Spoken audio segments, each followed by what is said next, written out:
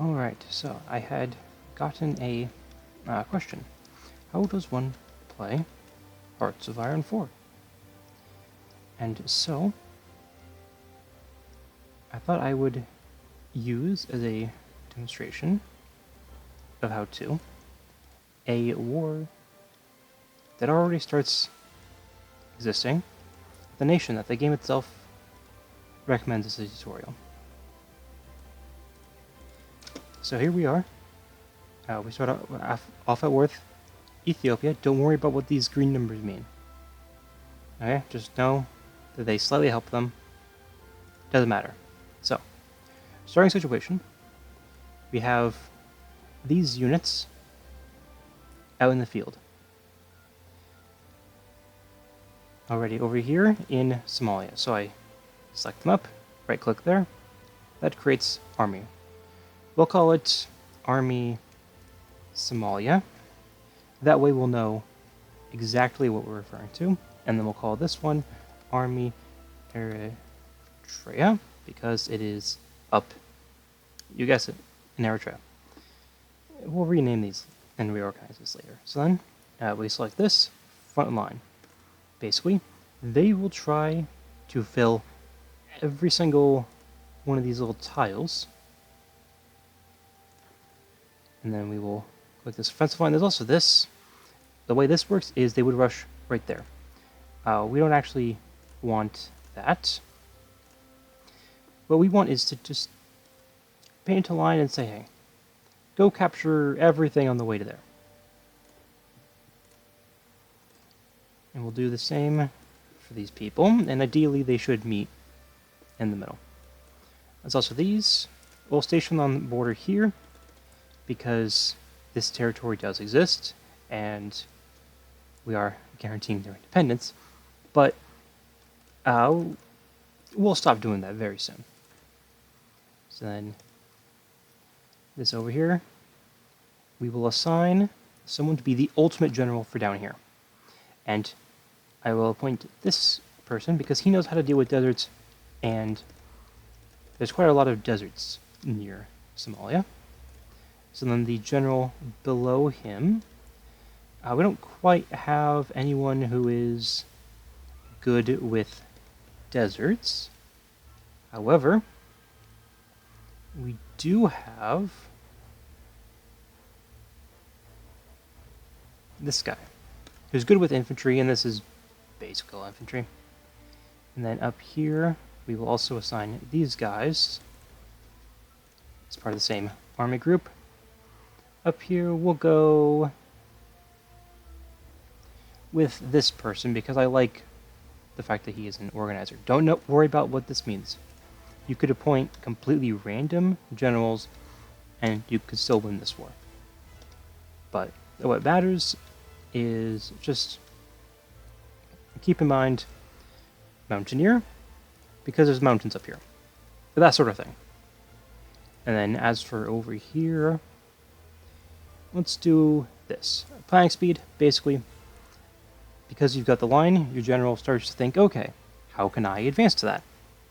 And then what planning speed does is it just makes him think harder and faster.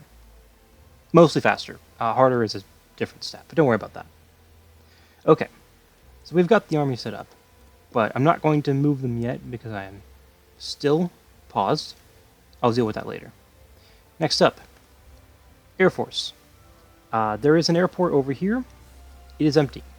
There's one over here. There is things inside of it. So what I will do is try to seize the skies with this. I don't anticipate seeing any planes, but just in case they somehow manage to get something. And then this, assist my guys in fighting. Put them over here. Assist my guys in fighting. Put them over here. Now I could tell them to also bomb things. However, I want to conquer this land. I don't want to have to fix the things that I blew up. Next up, we have a few ships over here. It's a few small ships. So, let's just go with the guy at the bottom. And then I will have him on strike force. Basically, if he sees an enemy ship, he'll go and deal with it. However, they're landlocked. Don't worry about the Navy. They don't have access to that. Next up is I will look back at Europe. Now we have these guys over here in Libya. Let's just send them to Somalia. So select these, hold Control to enter assigning mode, and then right-click selects the order, by the way, while you're doing that. But what you'll want to do is left-click, they're now part of the order, and then as soon as they're able to, they will reassign. Now currently, they have no idea what they're doing. These guys are local Libyan conscripts, I would assume, and so they don't really know how to fight. They were not trained in the slightest. However, I hope to win before they even arrive, so that shouldn't matter too much. And then as for up here, or you could shift left click to get the same effect, I will send most of these up over here, and I will select the more mobile units to go down here. Why? Tanks aren't really built for mountains now, are they? And so I will assign the guy who knows cavalry to the cavalry, and I will assign the guy who knows tanks to the tanks. I'll try and stay out of the deserts with the tanks if I can help it. And then with this infantry and the mountaineers, well, I'll just assign like that, but there we go. Alright, next alert. Research slots. Not everyone starts with 4. Some start with 2 or 3, and you can gain more. Just think of this as you pick a project, you research, and you can gain bonuses or debuffs. Basically, this will make us research faster and unlock army buff. Don't worry about what this means. It's just army buff. It's easy to get. Over here, build things faster.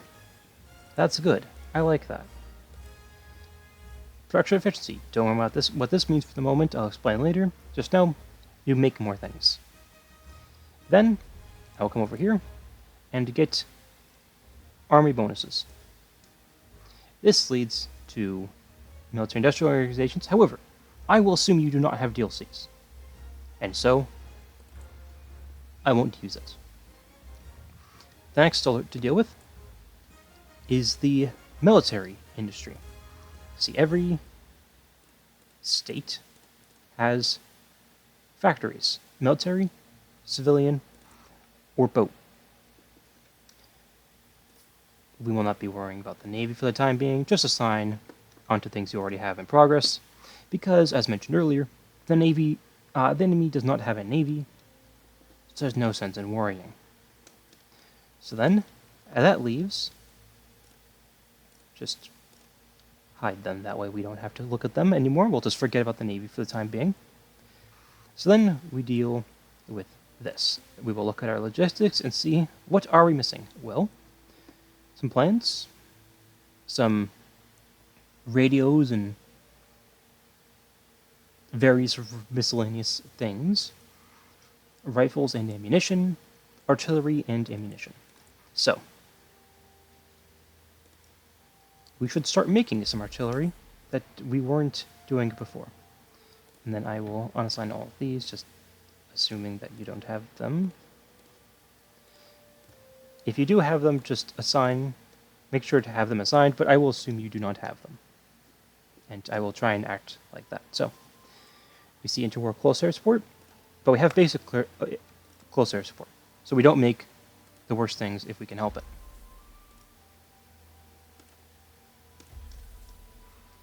Alright, now we're producing every piece of equipment that we need. So I will assign a few more here, and then a few more here, and then I'll do a few more. Note that these are not exact number of recommendations. This is just me looking at how many are needed, and then placing them on. It is completely viable to cancel all of this and just make this. There are ways to make that work. Next up, you might notice these numbers are red. So what will we do? Well, we will have to trade away a construction factory at a rate of 1 to 8 resources. And, naturally, we should trade with people who will help us later, not people who will fight us. Brazil, they are aligned with the Allies. Don't think of this as like how nice of a country they are or what their government type is. It sort of is, but just think of it as this means they are aligned with the United Kingdom. This means not particularly aligned with anyone, but will align with someone, just depending on how things go. So, then we see these are colonies, these are people on historical we are probably going to fight, so then that leaves Siam. We will buy their rubber, and you can see most of the rubber is right here. So if we were to control this, we would get the rubber. Not all of it, because they wouldn't cooperate, but that would be one way of getting rubber. Ethiopia also has some, but it's not enough. Next up, tungsten. Well, Portugal is a good pick, because on historical, they will always be neutral. Spain would also be a good pick, but future events will create problems with buying from them. As for steel, on historical, we will be allied with these people. At the very least, they won't attack us. As for this, well, it's not really any allies. They're a neutral country, but one thing you might want to do is feed up someone you are planning to attack that you think you could easily beat. That way, you'll get your investment back, and you'll take over the resources. As for coal, again, future ally. Then, construction. If you build these, it gives more resources, and you build faster. It goes from 80% to 100. C2, 40%, 4, 80%. So what I will do is I will build up these to get them to the 100% multiplier. Then I will take any planes and I will tell them to come in here and half to come in over here just to make things a little bit easier. Next up, I'll go back to the screen. We have a few modifiers. Don't worry about them at the moment. Not the most important, really. So we have all of this stuff. For Italy, don't worry about this. You can't do anything. Don't worry about the Navy. Again, Air Force, you're uncontested. Uncontested. They don't have water. For this, could be helpful, but I predict an easy war initially with Ethiopia. You shouldn't need to worry about this. If any of this matters for the war with Ethiopia, you're doing it wrong. So that leaves Ethiopian war logistics. However, I believe, if we look at the logistics map mode, that aside from an area of Somalia I'm not even standing in, or a tiny little bit in the mountains, the supply is actually doing fine. We're actually doing pretty good. So instead, buff up some highways. And then I will compare that to see if I would make any redundancy. I'll just cancel all of them for the time being. I'll just build over here. Just to make sure I don't accidentally create redundancy. This also makes my infrastructure easier to build for a year. So, for a while, I will make use of this. I am intended to build roads initially, because the Germans are flexing their Autobahn on me. I can't have that. So then, before we pause, we will also look at decisions. Basically with the war, this war in particular has a special mechanic. Don't take too long. Be quick. Naval treaties. Oh, we ignore that. Some war propaganda, some war measures. I could steal some trains, but I shouldn't need that. So now, let's look in the north. Just select some men, and right-click where you want to attack. Try to attack from multiple directions, and then once I am paused, I will show you why multiple directions is good.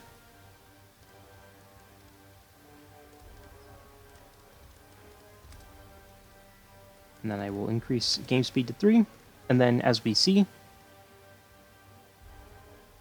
this from multiple directions means more of our men are able to fight. Why? Well, because of this combat width number, and basically, this number, all divisions put together, they can only be so many. There can only be so many before they run into the combat width number. Attacking from multiple directions lets you fit more in. Is basically how it goes. And there's also other numbers like soft attack, which is against enemies that don't have armor, and then versus enemies that do have armor. And then this is basically how much more attackingness you can do before you bounce off of them, and your general is forced to say, okay, let's take a breather. Okay, we've made progress. We've taken this. So now we will keep up the attack. We will try to seize control over this bit of mountain right here. So now, Mussolini is seen, okay, we've made some progress, but we actually got pushed back previously before game start by a Christmas offensive, because we had actually made some progress in the mountains. So now, our leader has been berating the military for letting Ethiopia actually make some moves. Understandably upset. He wants results. And so, we have some options. Combat bonus, or logistics bonus. If we take the combat bonus, this number ticks up. However, level 2 has no effects. If you think you can win in 100 days, then you won't have to deal with number 3. What does number 3 do? It lets them do this. And they can ask everyone to, well, everyone, most everyone. And they can ask them to forbid doing this business with me. Understandably, I want to win before that happens. However, part of winning is getting a combat bonus to winning. However, if you don't think you can do that, take the logistics bonus. So now, Mussolini agrees. We should win the war in 100 days, but he's generously rounded 120 days. So, he has given us specific targets. Take up to the mountains up to here, for the desert areas. Just get as much as you can. And so, we will continue marching south. Now they are attacking us, so we cannot order a countercharge, because that's not how this works. You can't countercharge a charge. That would be far too good of an idea for the Italian High Command to think of. Now, the South is stalling at the moment, but we have made some progress.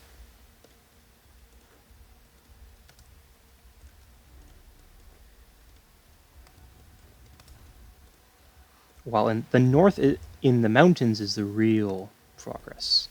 However, in the desert, once a breakthrough is made, once you punch a hole in their lines, you can just keep going. The first reinforcements from Libya has arrived, and I've just gotten word Japan has abandoned the naval treaty. However, I'm not really that fussed about it.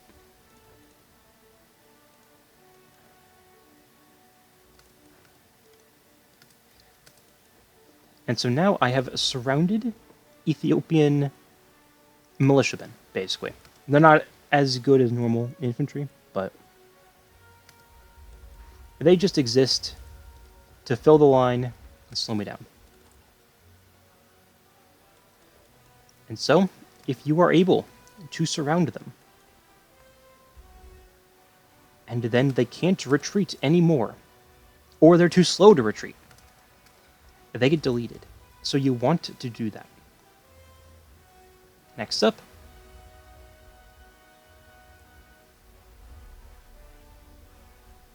one factory or two factory and steel. I like this. It also gives a bonus to building military factories instead of civilian. Guess why you want civilians? To build things. Now, we have made a lot of progress in the southern deserts. A lot of progress. Mostly because of how empty it is. But in the north, we have pushed back the front line a lot. We've made a lot of progress. And so, we've started to think maybe we could just march in into this little guy down here and easily occupy him. Formally, he belongs to our enemy. Unofficially, we've been allowing him to exist. He even sold the coastline to us. So what if we just ask for the rest?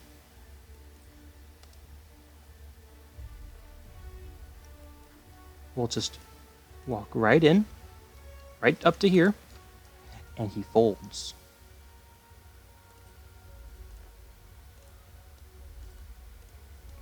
He even gives us 2 men.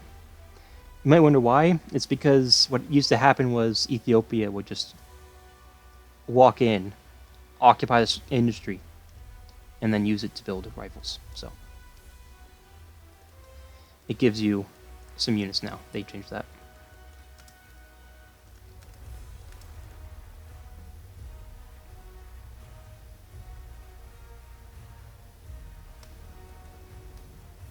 It was a little powerful to just do that.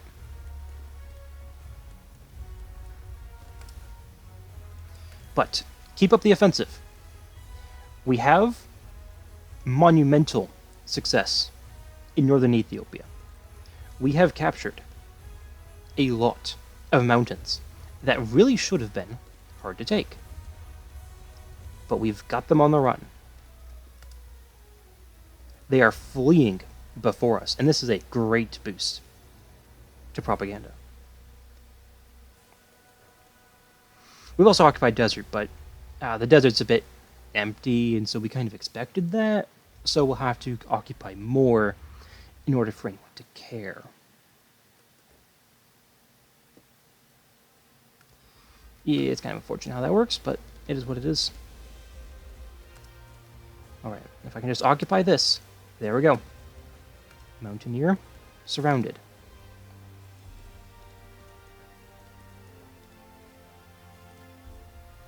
Keep up the attack.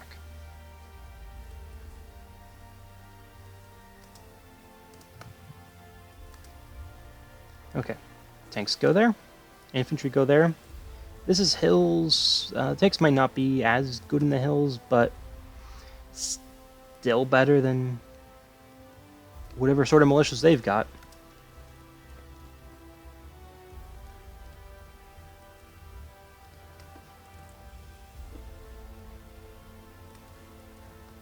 Up in the north, we are stalling a little bit, But that's because they have activated Last Stand. It's a temporary bonus. They can't keep it up. Meanwhile, Mussolini is applauding. Because look how much of this we have captured. This makes him very happy. And he is no longer berating us in the office every single day.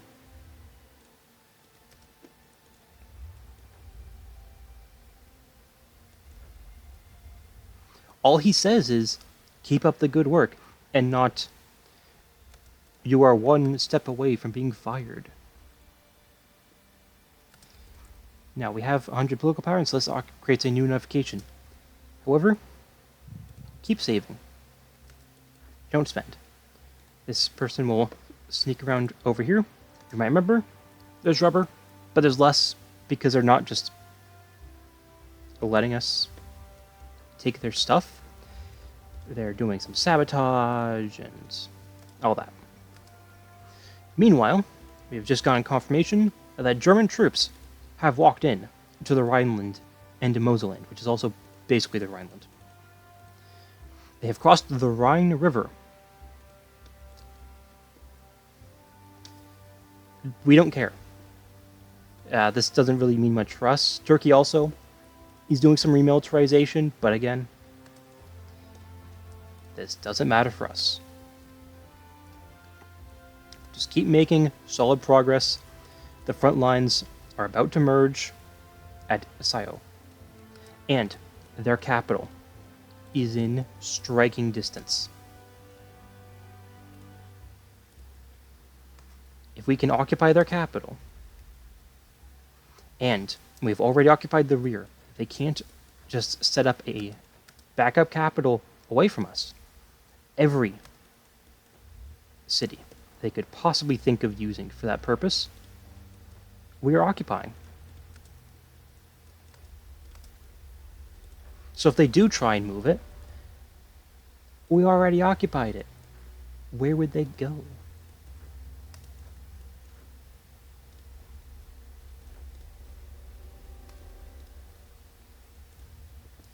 And so, solid progress is being made. You can see they are already 84% towards surrendering. They have made many, many more losses than we have. Which, as the attacker, is pretty good. To not have as many casualties as the defender. By that big of a margin.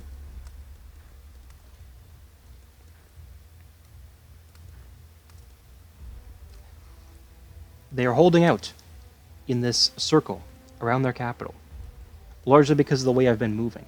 But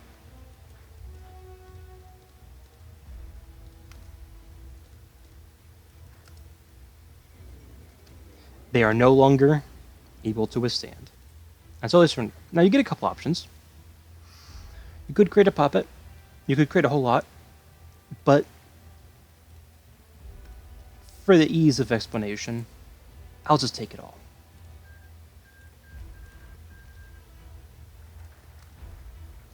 And now that the war is over, no more need for logistics.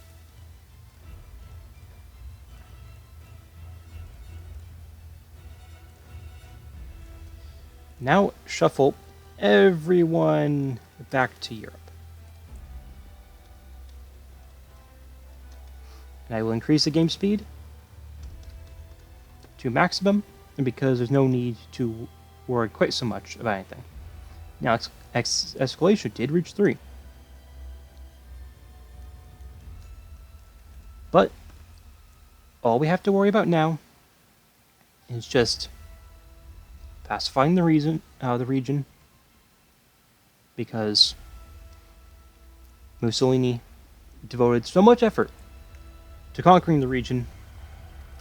He wants that to serve a purpose. Very understandable. So now that we have 150, you don't always need 150, but that's usually the needed number. What we will pick up is this guy, because he gives us more. And now we could look to our colonies and develop them, but what I will do instead is invest in military intelligence. This would decrease war escalation for that war that we were doing earlier. But I just won too fast. There was no need. And again, another research bonus. This leads down to some more political stuff. Even a thing you could do if the war was still going on down here. A few more things, but this leads to the historical path. If it was more of a struggle for the war, then people would start talking about maybe this guy isn't the best leader. Or if it was an utter disaster, just a total mess, then more things could happen. People could wonder why we were doing all of this for one man's whims, but it went well. And so that won't happen. We did, in fact, totally win. It was a total success. It was a success that few could have even imagined. Not an exaggeration. Historical AI Italy takes longer than that. They don't get that peace conference because the Ethiopian government runs away to London. So my people are coming back in, and I think that would be a good stopping point for a part 1. There is how to do a war, how to build infrastructure for later developments, how to assign factories. So that's a good part 1. And then we can talk about the rest in a part 2.